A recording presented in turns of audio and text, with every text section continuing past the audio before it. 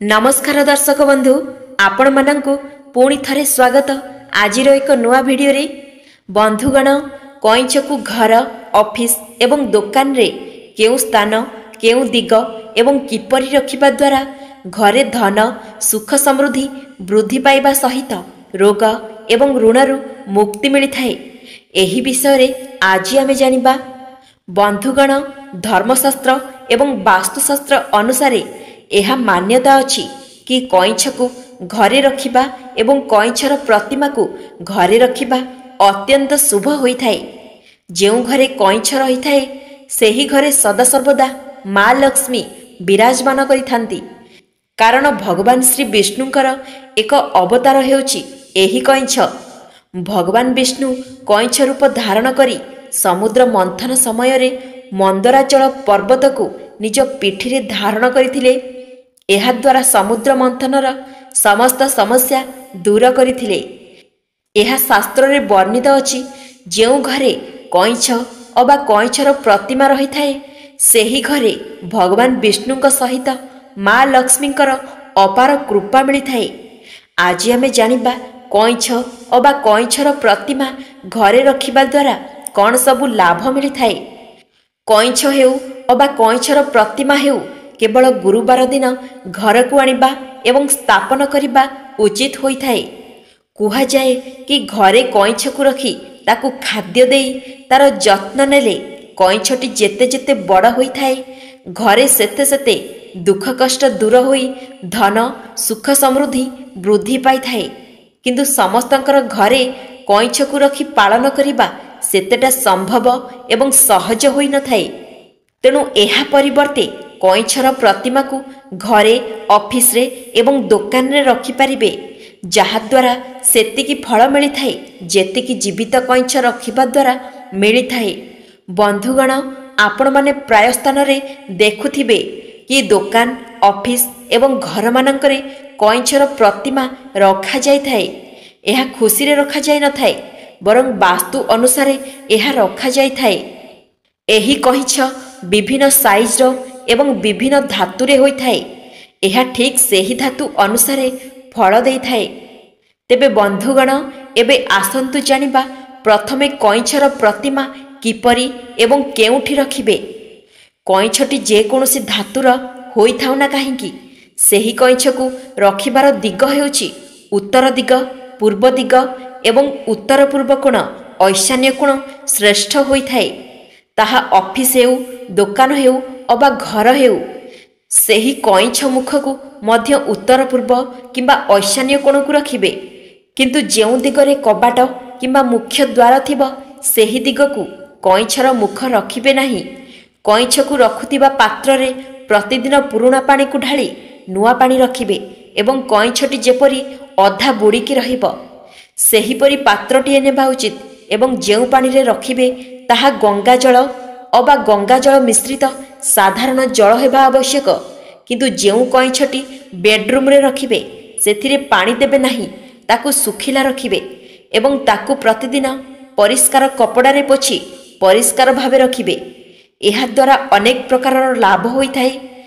जेउ दिन कईछटी को घर को आनिबे सेही दिन कईछ एवं कईछ रखिबा पात्र को गंगा जल रे भल भावरे धोई धूप दीप फूल देई विधि विधान भावरे रखिबा उचित। बंधुगण एबे आसंतु जानिबा केउ धातुर कईछ घरे किंबा ऑफिस रे किंबा दुकान रे रखिबा द्वारा केउ प्रकारर फायदा मिलिथाए। वास्तुशास्त्र अनुसार समस्त प्रकारर धातुर कईछ अत्यंत शुभ होइथाए एवं समस्त प्रकारर कईछ रे नकारात्मकता को नष्ट करी सकारात्मक ऊर्जार संचार करिबार क्षमता थाए। कईछ घरे थिले मन पाई एवं जीवन पाई मध्य धन आनी थाए। कईछ घरे थिले अनेक प्रकारर लाभ होइथाए। वास्तुशास्त्र अनुसार कईछ घरे रखिबा द्वारा घरर समस्त सदस्यंकर आयुष वृद्धि पाइथाए एवं सौभाग्य मध्य वृद्धि होइथाए। एथिपाई घर ऑफिस एवं दुकान रे एहा रहिबा लाभदायक होइथाए। आजिकाली अनेक प्रकारर धातुर एवं अनेक प्रकार साइजर एवं अनेक प्रकार रंगर कईछ बजार रे मिलुछि।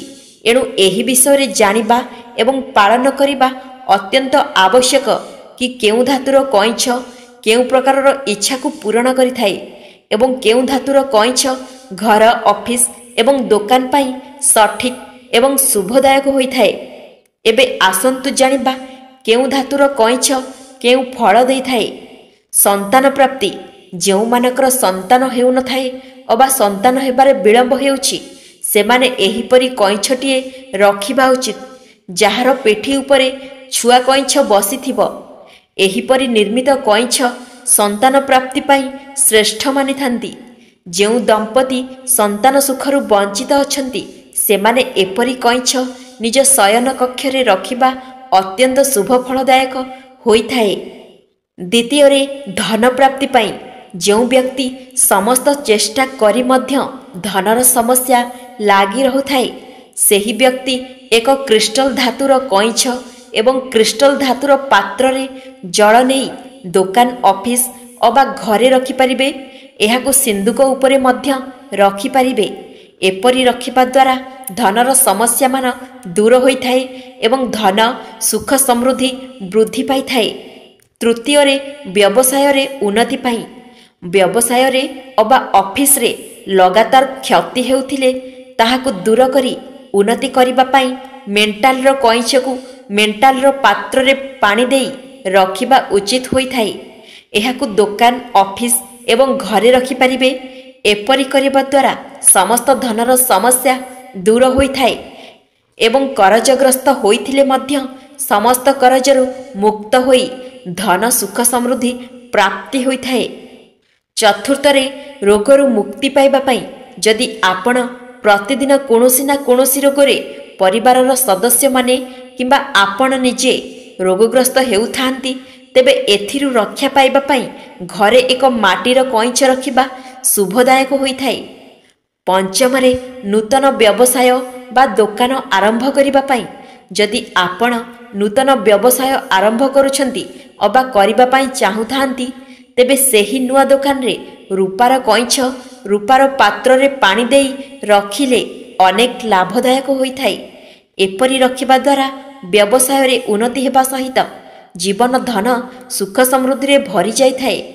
षष्ठ रे परीक्षा रे सफलता पाइबा पाई आजिकाली पिलामानंक सहित बड़ माने मध्य चाकरी रे प्रमोशन पाइबा पाई प्रतिदिन परीक्षा देबा पाई प्रस्तुत हेउथांती।